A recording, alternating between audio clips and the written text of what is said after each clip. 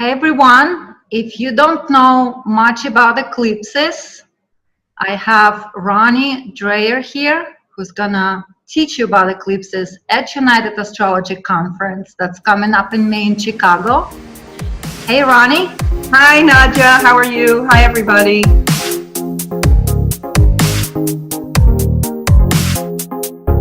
I'm very excited to talk to you about eclipses and about the other lecture that you have, which is called Location, Location, Location. And it's not about the real estate as you might think. It's love in all the right or wrong places. I love that title. I'm doing a lot at UAC this year, so I'm really excited. Two lectures and a workshop. Exactly, 2 lectures and a workshop. So Yeah.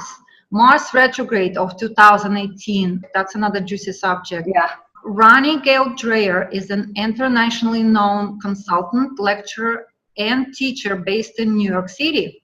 She conducts monthly webinars, has written numerous books, including Venus, Healing Science, and Vedic Astrology, and co-authored with Nick Campion in chapter in Religious Transformation in Modern Asia.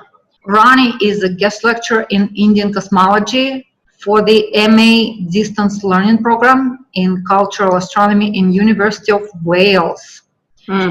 She received her MA in South Asia Languages and Cultures from Columbia University. So Ronnie, you're Ivy League educated astrologer. Doesn't happen often. That's very, very impressive. Could you give us a little preview of your workshop and lectures? Let's start with eclipses. I'm really excited and thankful to UAC for giving me the opportunity to be one of the presenters of a pre-conference workshop, because that's only a few people. And I really want to thank NCGR, because one of NCGR's choices, because each group had a choice. So they really backed me up a lot. And I'm also excited because a lot of people know me as a Vedic astrologer, but my training, for 40 years has been in both. And I try to choose topics for UAC, especially the pre-conference, that can appeal to both. So when I do eclipses, I focus less on the signs, because that's where the sidereal and tropical people get a little bit, crazy, because you can be a Pisces in one system and Aquarius in the other. So I really focus on the planets, because it doesn't matter which zodiac you use, the planets are in the sky. And eclipses for me are the most predictive method. They're also a way of looking at cycles. And I think to really find out about astrology in your life and in the world, you have to know planetary cycles. And eclipses are the best forecaster of cycles. It's gonna be a 3.5-hour workshop, and I'm so thrilled because I never have enough time to talk about eclipses. We're gonna talk about eclipse theory, just, astronomically, why do we have eclipses? And then we're gonna talk about the lunar nodes, because they really are a part of what creates an eclipse. And then we're going to really look at the different cycles, and especially the 3 eclipses of the summer of 2018. 2018 is going to be a wild summer. It's going to be a wild summer. We're going to have Mars retrograde and 3 eclipses at the same time. Wow. So if you thought last summer and the fall was crazy, not all great, next summer is going to be really crazy. And I think that when people have the tools to understand what's going on in the world and in their own charts, then they're more prepared. That's really, I think, one of the goals when you do astrology. It's just to be prepared, and get all your tools ready, for what might happen. Right. So for me, the eclipse workshop, especially since there's going to be 3, mostly there's 2 every 6 months apart. So I think it's going to be really exciting, to learn about them. Yes, in that respect, question for you. Is your workshop good for all levels, or would you say it's intermediate, beginner? It's going to be for all levels. At least that's going to be where I'm going to gear it. There are people who, every year I always do webinars on eclipses. So I have students that every year will do my workshops. So you might repeat a little bit about the theory, but every eclipse is different. Because every year it occurs in a different part of the sky. It occurs conjoining different planets. You know, like last summer, the eclipses were with Mars. So it gives a whole different, you know, flavor to it. So I think that since every eclipse is different, we just start by examining it all. And I think it's going to be for all levels. And I think that people will be contributing. In a workshop, you can have it much more interactive, you know, so I think that's going to be great. Would you make references, like say I'm coming with my Western natal chart to your workshop, would you comment on where does eclipse land in the Western chart so I can relate to it? When I do the handouts, I do it in sidereal and tropical, and I show the degrees, and mostly I also show when other planets hit the eclipse degree and activate them, and that's very important. And when you're talking about planetary conjunctions or times when the nodes or other planets conjoin the eclipse degree, it doesn't matter what sign it's in, because those planets are the thing that are interacting together. But anybody can look at their Western chart or Vedic chart, because that's how I hear it. And I try to do, I do try to do lectures at these conferences that are all encompassing and can, you know, go for both zodiacs. And give a value to all walks of astrology. That's fantastic. And then when you said that Mars is going to be retrograding simultaneously, so you would make a reference to that, even though you're doing separate lecture on Mars, you would make a reference to that at the workshop, right? You have to, because I mean, there's in a way, there's no way around it, you know, because we're having Mars is going to be retrograde next year for, you know, over 2 months. And then we're going to have the, it's going to be retrograde from June 26th through August 27th. So it's going to be retrograde a month after UAC. At the same time, the eclipses are going to be July 13th, July 27th, and August 11th. So those 3 eclipses are going to be inside that retrograde period. So you can't separate them, right. You know, although of course the Mars lecture will be mostly on the Mars cycles, right, with mention of the eclipses, and the eclipse lecture workshop will be about eclipses, but mentioning the Mars, of course. But I'm just picturing that it would be amazing for some people who sign up at your workshop to also then go to your Mars lecture, and it's going to be sort of like a continuation but elaboration on the Mars retrograde, and that would give them a fuller picture of what the entire situation in the summer and fall is about in terms of eclipses. I love that. And it's great that it's so intense, because you speak about it and it's just happening right after. So there is no chance that people will forget something.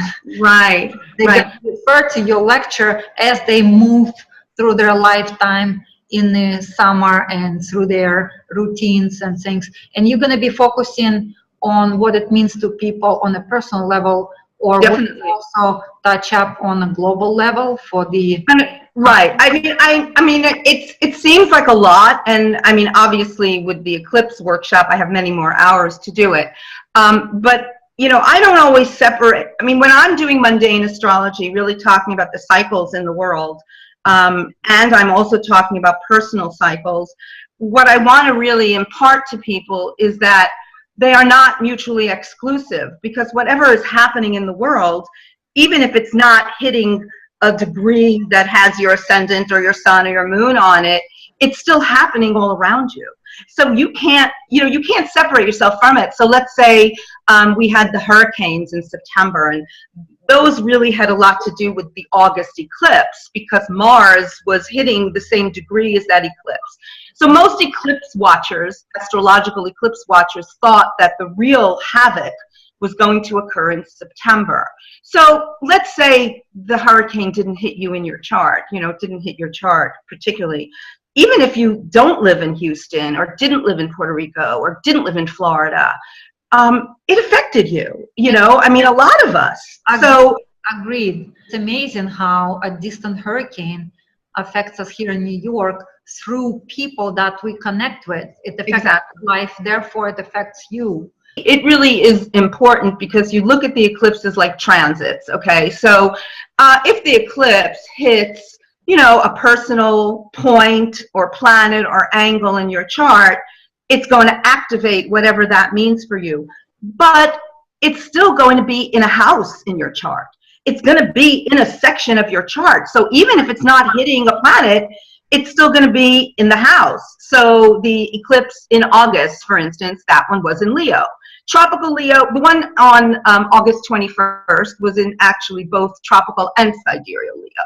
So I tell people, look in your chart and see, where is Leo? You know, is it your second house? Is it your third house? So even if you don't have it affecting a planetary degree or point or angle, it's still somewhere in your chart, you know, just like if you have Saturn now in the sky and Saturn is changing signs, it's somewhere in your chart. Let's talk about a little bit about the other lecture of yours that I am very much interested. As you may know, or you might not know, that one of the things that I do is a matchmaking and love coaching. Wow, okay. In all the right or wrong places, that totally resonates with me. So let's talk about love. Okay, this is a great technique for people who use astrocartography, which is really very, very specific type of locational astrology, where you map out where all your planets are rising or setting on the midheaven icy at the time of your birth. And the lecture will be a very brief intro to astrocartography for people who don't know it, and for people who do. It's a nice review because I might give an example of somebody who they have never looked at, you know. And then what you're doing when you're looking at compatibility is that there are actually places where, which might be conducive to a relationship, and other places, if you move there with your partner, your marriage might dissolve, let's say, or you might meet somebody. And so what I'm doing really with the maps is looking at two charts and looking at the synastry and seeing in a particular location where that might be angular, because the whole idea with astrocartography are that the angles are the power points of the chart. Right. And sometimes you get unbelievable results. There's one, you know, I do personal charts, you know, if a client allows me to. I don't put their names. I never use people's names. And then I use, you know, famous people. But there are, for instance, one client I had, and he and his wife had beautiful aspects together. And they also had some difficult aspects together. But where they were living in the Midwest, which was where they met, the beautiful aspects were on the angles. So that was what came out. Once they moved to New York, they had very difficult aspects. You know, maybe they had Saturn and Mars. Maybe her Saturn was on his Mars on his midheaven, located to New York, relocated. And that's where their marriage split up. So, you know, things like that. Now, it doesn't mean to say that this is a magical pill and it's like this is the only thing that happens, because you have to look at transit, of course, to activate it. But it's quite interesting. And you can do it very simply in a program, Solar Fire, very easy, you know. I do love astrocartography. I fell in love with it 100 years ago. I myself relocated to US 100% based on my own astrocartography research. Uh-huh. Believe it or not, in Moscow, my powerhouse planet, Sun and Mars in Aries, were in the intercepted sign in the second house. Mm-hmm. I felt like claustrophobic, and my energy is not coming out. I looked around the globe on my astrology program, and I found that in New York, the Sun and Mars gets on the angle, on the seventh house angle. That's where I need to be. On top of that, a couple other planets line up with the house cusps and get into the right houses where they powered up. My entire chart in New York becomes super powerful. Mm-hmm. I calculated the day where I need to go and get my visa, where I wouldn't be denied. Mm-hmm. I made my move, and I instantly, the minute I landed, I felt that energy like, like vibrating energy. It's like I feel powerful, and I never looked back. So that's my astrocartography story. That's interesting. I mean, my story is I lived abroad for many years in my 20s and 30s, and then I came back to New York. And so when you come back to where you were born, your natal chart is your locational chart, you know. And so when I started really looking at astrocartography and locational astrology, I realized, you know, what I had in my natal chart, that living in the place that I was born, you know, really activated it. And it brought, of course, always the difficulties and the good opportunities that I have in my own country. And when I lived abroad, yeah, it was okay, but my powerful planets were much more powerful in New York than they were abroad. So that was really interesting, because I always felt like living abroad, I loved it, but I always felt I was going to come back. You know, it was I always knew I was going to come back to America. And when I came back to New York, I thought, I'm going to sit here for a couple years and then I'm going to leave and go somewhere else in the country. And it never let me leave. I love it. That's very cool. So say in terms of love, would you look specifically at Venus position in these astrocartography charts for people, or would be Venus and Mars, or would be all of the planets? Well, I think it's really all of the planets. I mean, when you're looking at the very traditional kind of astrocartography that Jim Lewis made popular, he's really looking at the angles. And when you're looking at the compatibility and synastry, you're looking to see what planet of yours is, you know, creating an aspect to somebody else's planet, and in either your chart or their chart, is it on a relocated angle? And that's kind of how it works. Venus is, of course, something you'd like to have really nicely, but sometimes if you have Venus conjunct somebody else's Mars, it might be nice for a real romantic sexual relationship, but it's not always great for a long-term relationship. You know what I mean? You'd have to have, right. In my experience, you know, in my experience, the Venus-Mars is tricky, you know, so you always have to look for other planets that are going to kind of stabilize it, I think, you know, maybe some like Jupiter. Agreed with that, agreed. I have another cute little story I just remembered about astrocartography. I used to love giving people advice back in Russia for my Russian clients about relocations. And there were two ladies, two separate clients, both complained that they could not conceive. They could not get pregnant. And I looked at their charts for Moscow location, and both of them had, one had a Saturn and Uranus or something, another one had Uranus and Pluto in the 5th house. For both of them, I said only relocation could help. And I didn't think that they would relocate or something would happen. So, but one of them relocated for her PhD into Germany. And her doctors in Moscow told her that she could never get pregnant for whatever reason that they said, doesn't matter. And she thought that she could never get pregnant. She moved to Germany and she never used any protection with her boyfriend. Next thing you know, she's married to him and 3 kids. Jupiter moved into his 5th house in Germany. Right. And the other girl, all she had to do, and again, not consciously, but after the reading, she just kind of like, you know, what am I going to do? I'm not moving from Moscow. She and her boyfriend went on a trip to Egypt. That's where she got pregnant. And in Egypt, that's where Jupiter moved into 5th house in Egypt for that week that she was there. Jupiter did its business and she got pregnant. She came back to me pregnant. That was amazing, I thought, in terms of power of relocation. So, well, you can also use it. The interesting thing with astrocartography or locational astrology is it's not always going to tell you where you're going to live, but it can tell you like the nationality of somebody who you're going to be in a relationship with. So let's say your Venus line, or just let's say your Venus line goes through the Midwest or Chicago or something like that, and you're living in San Francisco. You might meet somebody who's from that area, you know, so that's also describing it. But one of the most brilliant example, well, it's tragic in a way, it's very tragic, but the one that's very, very interesting is when you look, for instance, and I always use this in my lecture, is when you look at Nicole Brown Simpson and O.J. Simpson, that relationship.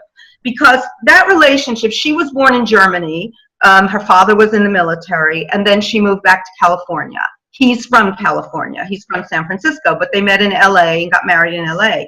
And they have, she has Uranus exactly conjunct his Pluto.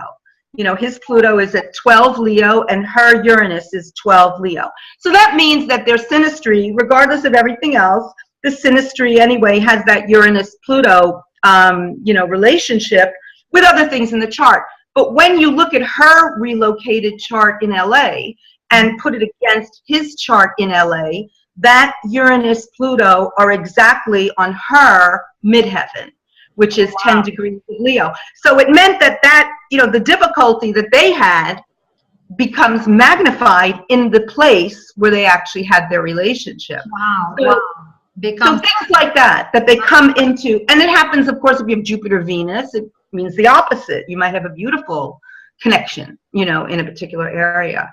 But yeah, I find locational astrology, you know, fascinating. I've been doing it so many years. I agreed with you. I'm a living example of how fascinating relocation astrology is, locational astrology. So exactly. That's wonderful. Ronnie, I'm very excited. Thank you so much for the interview. I'm looking forward to seeing you in person at the conference. And yeah, it'll be great. For everyone who's coming to the conference, if you guys who are watching this video did not sign up yet, do sign up for the conference. Come see Ronnie, attend her workshop, attend her lectures. She's a wealth of knowledge, and she's one of a few astrologers in the world who is totally amazing, has a long-standing astrology as a teacher career, amazing teacher. Everybody loves her. So, I'm going to post her website under this video, so you can also sign up for her workshops and follow her however you like. So thank you, Ronnie. Thank you, Nadia.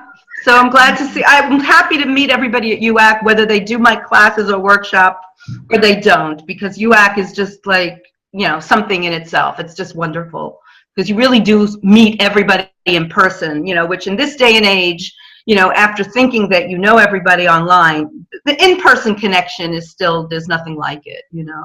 Exactly. So if you can get there, you know. Agreed. So again, thank you so much. Thanks, Nadia. Take care.